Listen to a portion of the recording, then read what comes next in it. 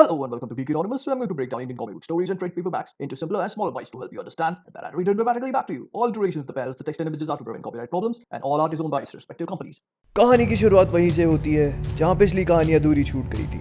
अगर आप बाकी की कहानी जानना चाहते हैं तो इसके पहले वाला वीडियो देख सकते हैं, जिसकी लिंक मैंने डिस्क्रिप्शन में दे रखी है। आखिरकार लोगन हॉकाई को बताने के लिए तैयार हो गया था कि उस रात ऐसा क्या हुआ था जिसने वोल्वरीन को लोगन बना दिया था, जिसने उसे कभी ना हिंसा करने पे मजबूर कर दिया था। लोगन ने अपनी कहानी शुरू करते हुए ये बताया कि एक रात एक्समैन मैंशन में वो और जुबली बैठे बात कर रहे थे कि उन्होंने अपने मॉनिटर्स पे एक बहुत बड़ा अलर्ट देखा। वो देखते ही वोल्वरीन को समझ में आ गया कि कुछ गड़बड़ है, लेकिन इससे पहले कि वो जुबली को वार्निंग दे पाता, एक जोरदार धमाका हुआ जिसमें वो बहुत बुरी तरह घायल हो गया और उसने देखा कि एक्समैन के साथ साथ बाकी सारे सुपर हीरोज के विलन्स इकट्ठे हो गए हैं और उन पे हमला करने आए हैं। लेकिन वोल्वरीन ने अपने क्लॉज निकाले और एक एक करके सब पे हमला करना शुरू कर दिया। वो एक एक करके सबको काटता चला गया। जो कोई भी उसके सामने आया, वोल्वरीन उसमें अपने क्लॉज घुसाता चला गया। लेकिन वो एक ही बात बोलता रहा, बाकी के एक्समैन कहाँ पर है?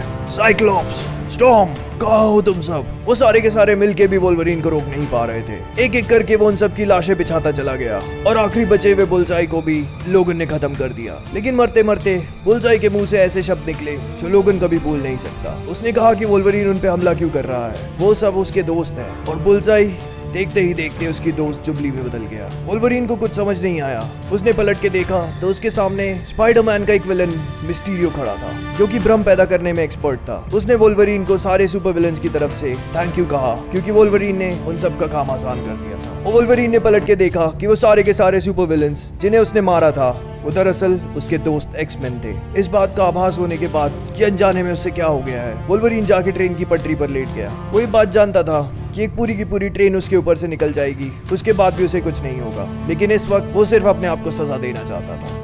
और ये सब बोलने के बाद वोल्वरीन ने अपनी कहानी खत्म करी, जिसे सुनते ही हॉकाई के होश उड़ गए और उसने वोल्वरीन से कहा कि अगर हॉकाई उसकी जगह होता तो वो भी वही करता जो वोल्वरीन कर रहा है। और वो दोनों वहां से आगे बढ़ गए। वहां से आगे जाने के बाद वो दोनों पिम फॉल्स पहुंच गए। लोगन ने उससे पूछा कि उस जगह को पिम फॉल्स क्यों कहा जाता है, लेकिन उसका जवाब लोगन को खुद ब खुद मिल गया जब उसने वहां पड़े एक बहुत ही विशालकाय एंटमैन के कंकाल को देखा। कुछ देर के बाद वो दोनों अपनी मंजिल यानी कि न्यू बेबीलोन पहुंच गए थे। हॉकाई ने उसे बताया कि न्यू बेबीलोन पे दरअसल प्रेसिडेंट का राज है, जो कि रेड स्कल था। अपनी मंजिल तक पहुंचने के बाद हॉकाई उसे अपने क्लाइंट के पास ले गया, जिस तक उन्हें अपना सामान पहुंचाना था। वो ब्रीफ केस देने के बाद हॉकाई ने लोगन को बताया कि उसमें ड्रग्स नहीं बल्कि सुपर सोल्जर सीरम था, वही सीरम जिसे कैप्टन अमेरिका और रेड स्कल बनाए गए थे। हॉकाई ने अपने क्लाइंट से कहा कि उसे पैसे नहीं चाहिए, उसे उन सीरम में से एक बोतल अपने लिए चाहिए थी, जिससे वो अपनी आंखों को ठीक कर सके और रेड स्कल से अपने दोस्तों की मौत का बदला ले सके। हॉकाई अपनी बात कर ही रहा था कि लोगन ने पीछे से किसी को आते हुए देखा। इससे पहले कि वो हॉकाई को वार्निंग दे पाता, उस आदमी ने लोगन को गोलियों से भून डाला। हॉकाई हमेशा से ही उन लोगों में से था जो मौत से नहीं डरते थे, लेकिन इस बार मौत हॉकाई से पड़ी थी। वहां से कुछ ही दूर प्रेसिडेंट के घर में रेड स्कल अपने ट्रॉफी रूम में अपनी ट्रॉफीज को देख रहा था, जो उसने सारे सुपर हीरोज को हरा के जीती थी। आयरन मैन का आर्मर, कैप्टन अमेरिका की शील्ड, वो सब के सब उसकी ट्रॉफीज थे। लेकिन उसकी सबसे पसंदीदा ट्रॉफी थी कैप्टन अमेरिका की यूनिफॉर्म, क्योंकि कैप्टन अमेरिका को मारना उसके लिए एक सबसे बड़ा अचीवमेंट था। वो कैप्टन अमेरिका की मौत के बारे में सोच ही रहा था कि हॉकाई का क्लाइंट अपने ब्रीफकेस के साथ 2 लाशों को लेता आया। लोगन की लाश को नीचे रखने के बाद उसके आदमी ने देखा कि जहां भी लोगन को गोलियां लगी थी वो सारे के सारे घाव भर चुके थे। और लोगन एक बार फिर से उठ गया। उसने वहां खड़े सारे लोगों को एक एक करके मारना शुरू किया और कुछ ही देर बाद उनकी लाशों के ऊपर खड़ा हुआ था। ये सब कुछ देख रहे रेड स्कल ने लोगन पे अटैक करना शुरू किया। उसका एक एक घूसा लोगन पे भारी पड़ रहा था, लेकिन लोगन ने उससे कहा, बहुत हो गया, अब तुम्हें खत्म करने का वक्त आ गया है। और उसने वहां पड़ी कैप्टन अमेरिका की शील्ड उठाई और रेड स्कल से मुकाबला करने लगा। उसने उसी शील्ड से रेड स्कल को मारना शुरू किया, जिसे आज से कुछ साल पहले रेड स्कल ने कैप्टन अमेरिका से छीन लिया था। वही कैप्टन अमेरिका की शील्ड आज रेड स्कल से उसकी मौत का बदला ले रही थी। और लोगन ने उस शील्ड से एक वार किया और रेड स्कल का सिर उसके धड़ से अलग हो गया।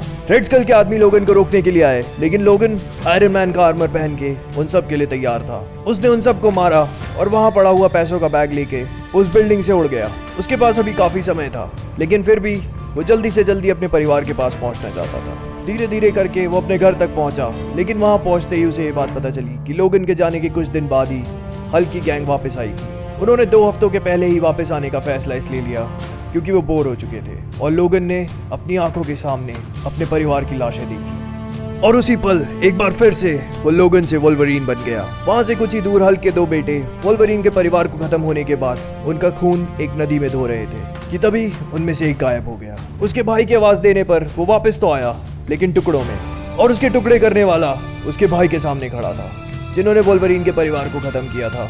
एक बार में बैठे सेलिब्रेट कर रहे थे कि तभी उस बार की लाइट चली गई, और लाइट के वापस आने पर उन तीनों में से कोई भी नहीं बचा। इधर हल्क की गुफा में उसकी बेटी ने हल्क से पूछा क्या उसे लगता है कि वोल्वरीन अपने परिवार की मौत का बदला लेने उनके पास आएगा, जिस पर हल्क ने जवाब दिया कि उसे यकीन है कि वो आएगा। और हल्क बिल्कुल सही था, क्योंकि वोल्वरीन उसके परिवार के एक इंसान की लाशें बिछाता हुआ हल्क की ओर आगे बढ़ रहा था। हल्क के परिवार को पूरी तरह से खत्म करने के बाद वो हल्क की गुफा के सामने पहुंच गया, जहां पे उसे हल्क की बजाय ब्रूस बैनर मिला, जिसने उसे एक जोरदार घूंसा मारा और वोल्वरीन कहीं दूर जाके गिरा। ब्रूस बैनर सिर्फ दिखने में एक इंसान था, लेकिन उसके शरीर में हल्क की सारी शक्ति मौजूद थी। उसका एक एक घूंसा हल्क के घूंसे से कम नहीं था, लेकिन वोल्वरीन बदले की आग में पागल हो चुका था। उसने अपने क्लॉज निकाले और ब्रूस बैनर के आर पार कर दिए, लेकिन इससे उसका गुस्सा और बढ़ता चला गया और आखिरकार वो पूरी तरह से हल्क में बदल गया। उसने अपनी ताकत का इस्तेमाल करते हुए वोल्वरीन को पकड़ा और उसे वैसे का वैसे ही खा गया। ये सब कुछ हो जाने के 10 से 12 घंटे बाद हल्क के पेट में धीरे धीरे दर्द होना शुरू हो गया, जो कि बढ़ता चला गया। हल्क को समझ में नहीं आ रहा था कि उसके साथ क्या हो रहा है। उसने अपने दुश्मनों को पहले भी खाया है, लेकिन उनमें से किसी के भी पास हीलिंग पावर्स नहीं थी। और इसी के साथ वोल्वरीन उसका पेट फाड़ के बाहर निकल आया, और हल्क की मौत के साथ ही उसने अपना बदला पूरा कर लिया था। उसने अपने घर पहुंच के अपने परिवार को दफन किया और खुद इस बात का फैसला किया कि जो कुछ भी उसके और उसके परिवार के साथ हुआ वो किसी और के साथ नहीं होने देगा। अब इस दुनिया में एक कानून होगा, वोल्वरीन का कानून। तो गाइस, ये थी ओल्ड मैन लोगन की कहानी। अगर आपको वीडियो पसंद आया हो तो प्लीज़ लाइक और शेयर कीजिए और मेरे चैनल को सब्सक्राइब कीजिए। मैं अगला वीडियो बहुत ही जल्दी अपलोड करूंगा। तब तक आप मेरे बाकी के वीडियोस देखिए और एंजॉय कीजिए। Thanks a lot.